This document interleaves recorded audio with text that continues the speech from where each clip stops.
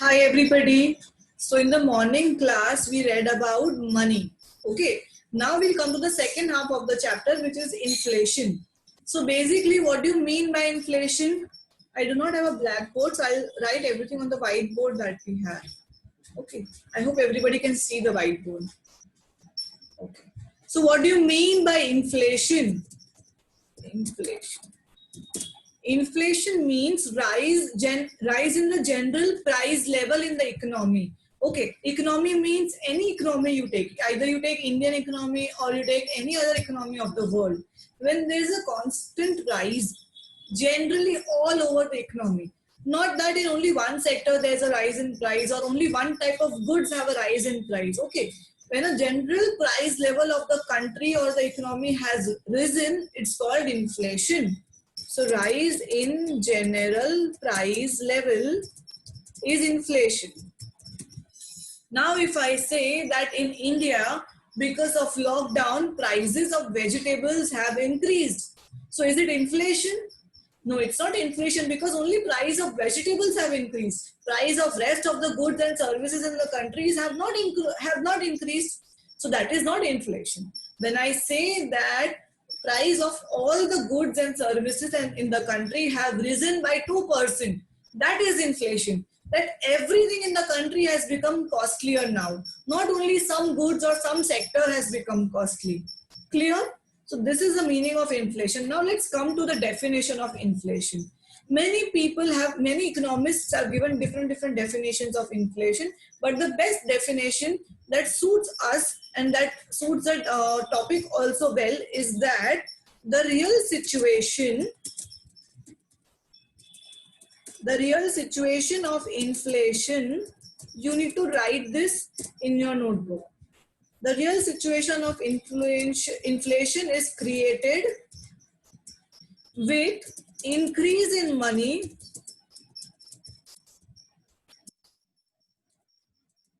beyond the level of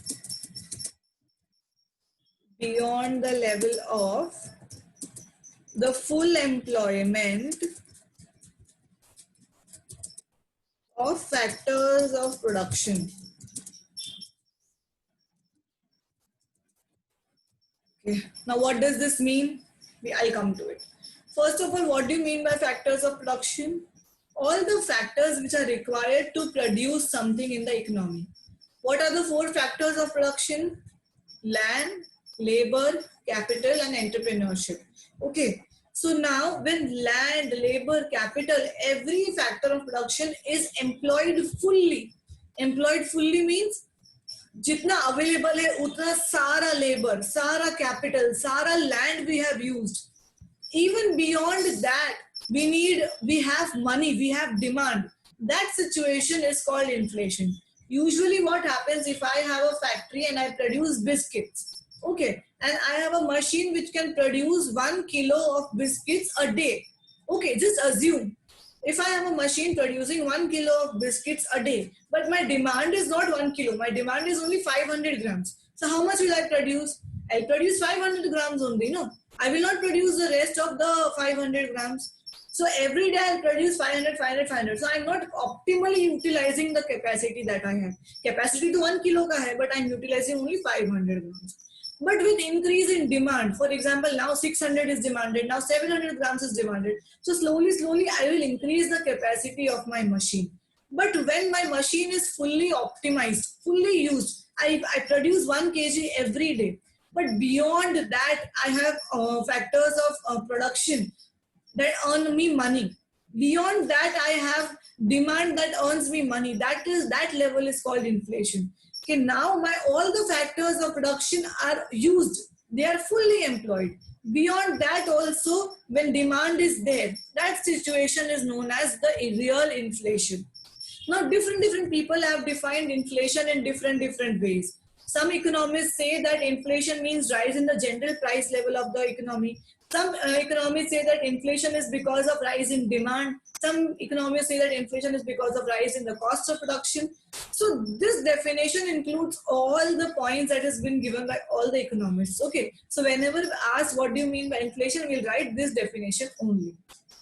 Now let's come to the next topic. The characteristics of inflation. What are the basic characteristics of inflation? This you don't need to write in the notebook, it's given in the textbook only. Characteristics of inflation.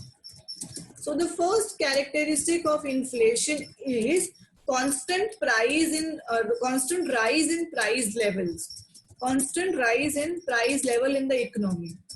The prices in the economy are constantly rising for a period of time. For example, I say for a period of a year, constantly, slowly and slowly, price of everything is rising. If you compare it today with 5 years ago, everything was much cheaper. Petrol was much cheaper, milk was much cheaper, gold was much cheaper. So there's a gradual rise in price. That is known as inflation. Understood? The second characteristic is that price in all sector rises. Price rises in all sectors. Okay ऐसा नहीं है कि only agricultural goods के price बढ़ गए और only industrial goods के price बढ़ गए, ओनली सर्विसेज का प्राइस बढ़ा, ऐसा नहीं है. All the sectors, primary, secondary, tertiary, whichever sector you take, price has increased in all the sector. It is necessary that in inflation all the sectors have been affected, have been facing price rise. Okay, only one or two sectors will not do. Clear? The third characteristic is that purchasing power decreasing. What do you mean by purchasing power? Purchasing power decreases. Purchasing power means how much you can buy with a given amount of money. For example, you must have heard from your parents that हमारे जमाने में तो 1 रुपए में कितना सारा मिलता था, 1 रुपए में बहुत सारी पानी पूरी मिलती थी. Now that was the purchasing power of 1 rupee in that year. Okay, आज क्या मिलता है 1 रुपए में? Nothing. एक चॉकलेट भी नहीं मिलती. It's also of 2 rupees now. Correct. So similarly, purchasing power has decreased with people. If 5 years ago, if I had a 500 rupee note, I would have bought so many things out of it.